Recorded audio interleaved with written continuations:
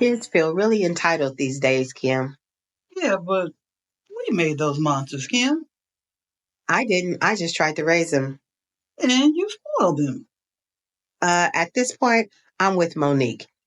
F them kids.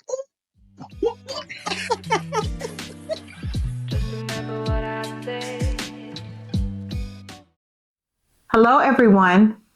Welcome to another episode of A Juicy Podcast.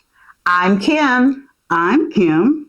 And today we're going to talk about something very dear to all of our hearts, and that's love. The love mode. Now, a couple of episodes ago, Kim talked a little bit about this little love thing she has going on. Mm-hmm. And today she's going to elaborate for us. Tell us about it, Kim. Okay, so a few weeks back, I was introduced to this amazing man. Amazing. And his name is George. George? Mm-hmm. George is amazing. King George, to be exact. She should have led with the king. I'm late. I know that people know who he is and they're familiar with him, but I wasn't. And then I saw him. And everybody was just partying. And I was like, I need to check him out. And then I checked out the music. And I found out that he likes juicy women. King George appreciates a juicy woman. A juicy. So he has this song called A Little Wait. Mm-hmm. And the brother starts off saying, you gotta be too something if you want to do something. Go check that out. King George. It's called A Little Wait. A Little Wait. And when I knew that it was real was when he mentioned me. Mm-hmm. He says my name in the song. Well, it's our name. Uh-huh. But I know he's talking about me because I went to see him. You didn't go see him. Oh, okay. Mm-hmm. Oh. It's called Keep On Rolling. Oh, my God. So he has all this music, and it feels good. It's simple, and it's just a vibe. And at the show, people partied. And it was intergenerational because it was younger people, which I was surprised because it was a blues concert, so I thought it would be older people. Mm-hmm. But you got all these young people, you got all these older people, and it was phenomenal. And everybody else on the ticket was great, too. It was Theodis Eagley, Lenny Williams, Nellie Travis, Tucker, Pokey Bear, and King George. So when they come to a town near you, go see them. Show was fantastic. And the genre of music is? Blues. Blues, okay. Soul blues, yes. Mm-hmm. But the Bring vibe, back that southern root thing. Oh, man. The vibe was spectacular.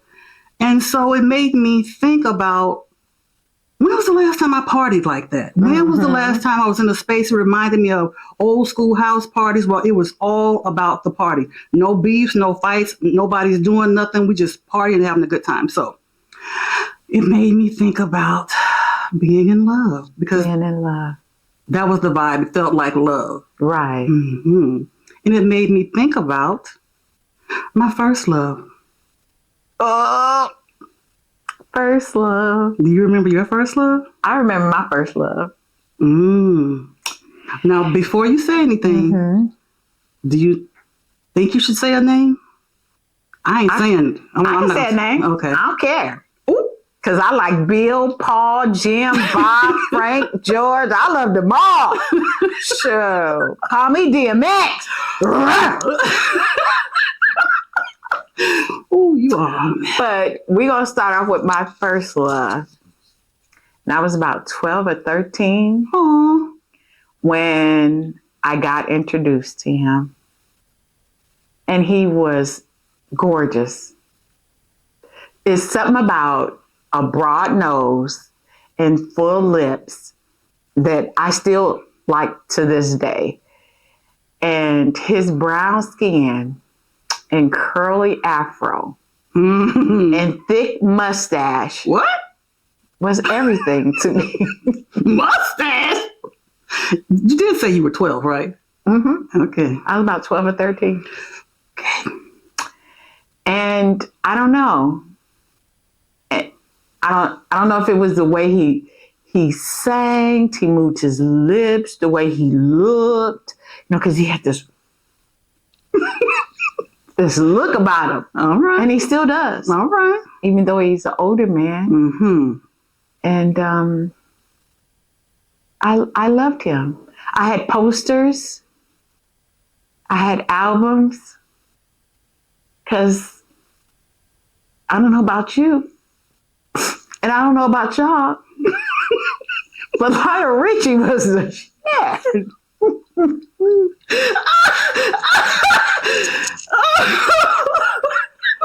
Lord Jesus. All night long. I'm sorry. Lady. He was Okay. Oh, wow. He was so special. Okay. And then I found out he was married, and I was so mad. How could he do that to me? And then I met Derek. Oh no, Dwayne was before him. All right. Dwayne was high yellow, big old afro, just like Lionel Richie. He was gorgeous. He played football. Mm-hmm. And he used to always be across the street, and I would wave. But he was a little older, but I would wave. Yeah. He didn't know I existed, but girl, honey, we was in love. Yes. And then came Derek. Now, Derek knew I existed. Mm-hmm. Derek, we used to hang out. How old was Derek? I was 14 and he was 16. Mm. Yeah, Okay. 16.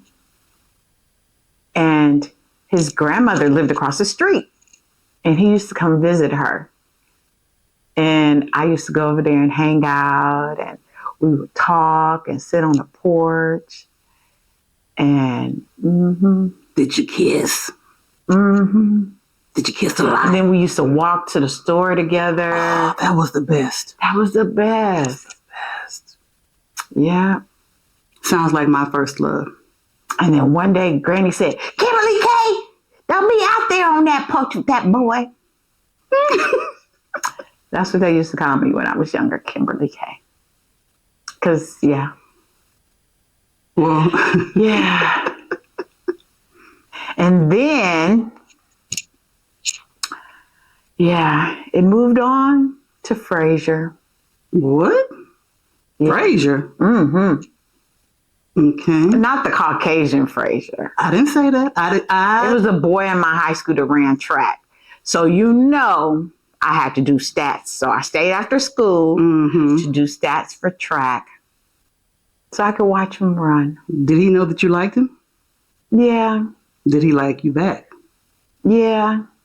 And then he took me to his house and tried to do some things. And I was like, oh boy, I can't do this. My daddy would kill me. So yeah, I love, dissipated.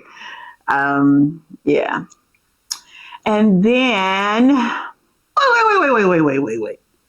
Are these all first loves? Is this what we're talking about? Yeah, why not? Okay. I love them all. Jeez.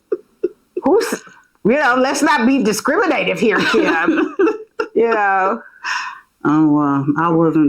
I didn't have, my first crush was Michael Jackson, had the posters. He was my entertainment crush. But Hey, Lionel Richie was not my entertainment crush. He was my future baby daddy. ooh, If I could find the notebooks, can you just, Kimberly Richie. Just listen to, say it with me. Kimberly Richie. Sounds great to me. Okay. I think I need to email him. Well, my first love, I won't say the name because last I heard he was married. And I don't know what the situation is now. I haven't seen him in forever, but I'll just say RLM. Mm. And I don't even know if the people who knew us then are still around, so I'm just going to leave it at that. But I was 14 Mm-hmm. and he was 17. Mm-hmm. And that's a little older. But he was the nicest guy. And all we did was walk and hold hands, and that was everything.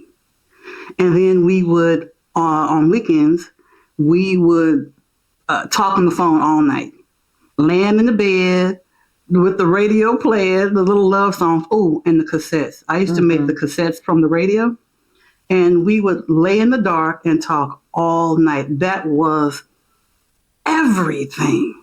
It was so cool. And he was also the boy that gave me my first kiss. And he was a good kisser. Good kisser. Mm-hmm. And Can you describe him?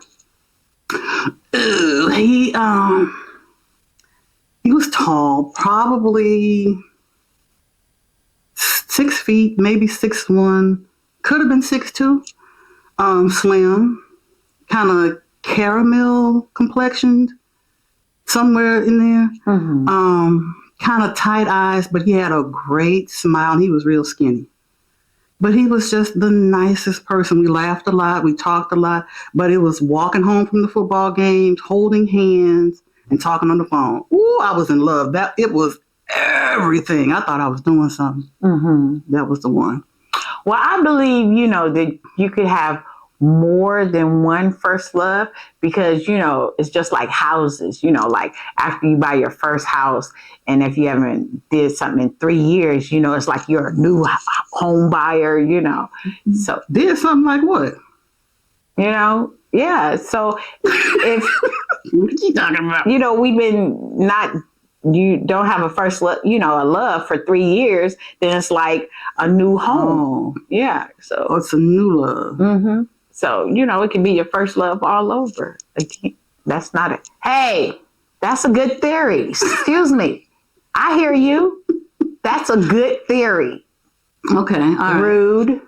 So, when was your first more adult love? My first more adult love, I was 18. And what made him the one? What made him the one?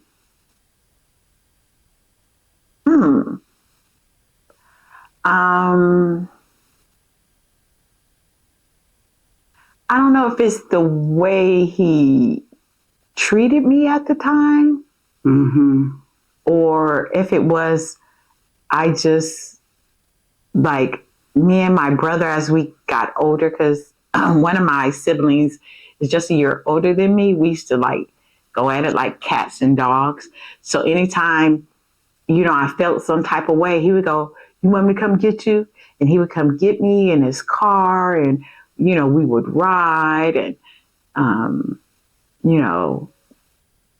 go to the taco stand or something and just talk and stuff like that, So Talking is important, isn't it?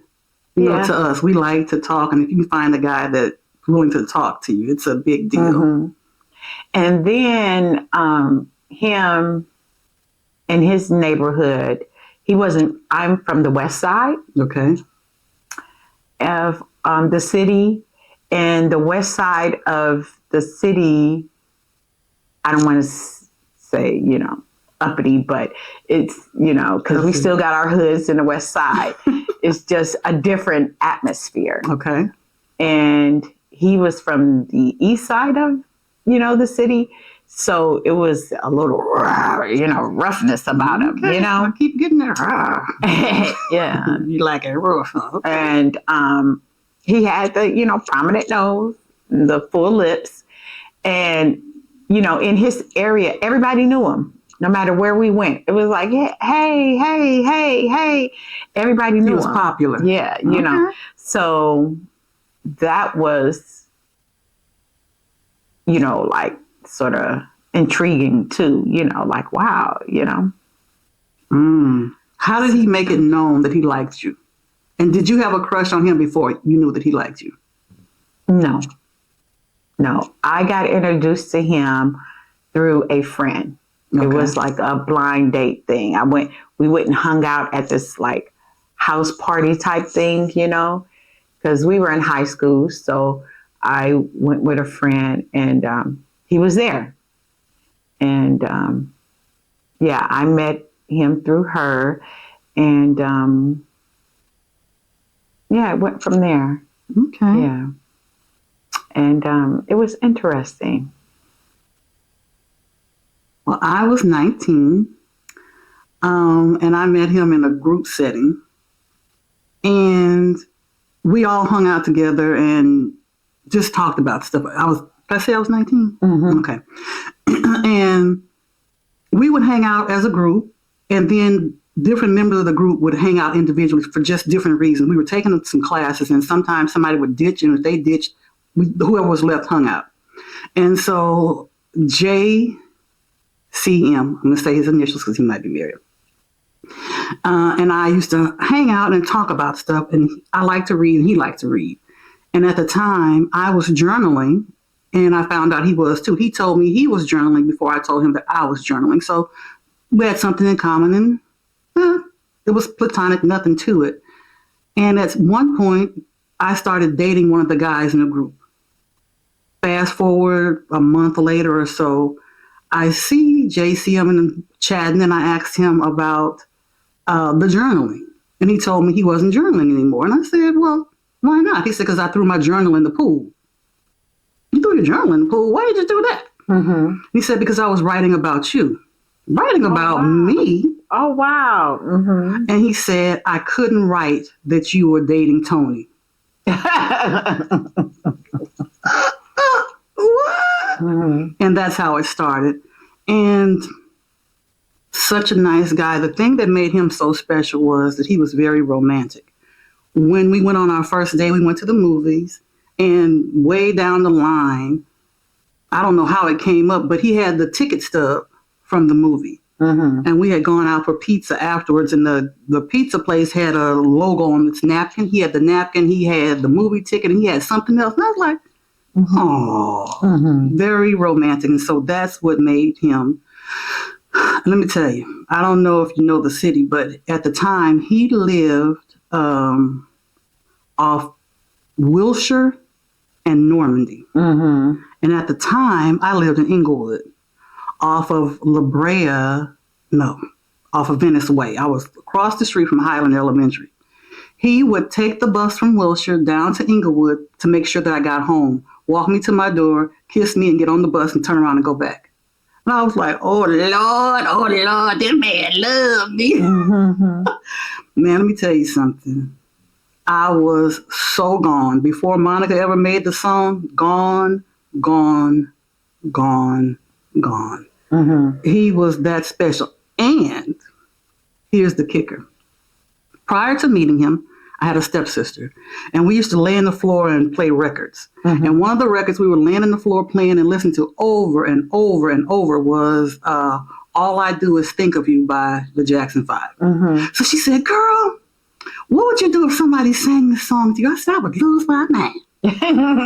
Now, I don't share this with him. Mm-hmm. We don't talk about this. And then one day, we're talking about music. So, I really like this song. And he started singing the song. That was it. That was my love. Yes. And then the words of DMX.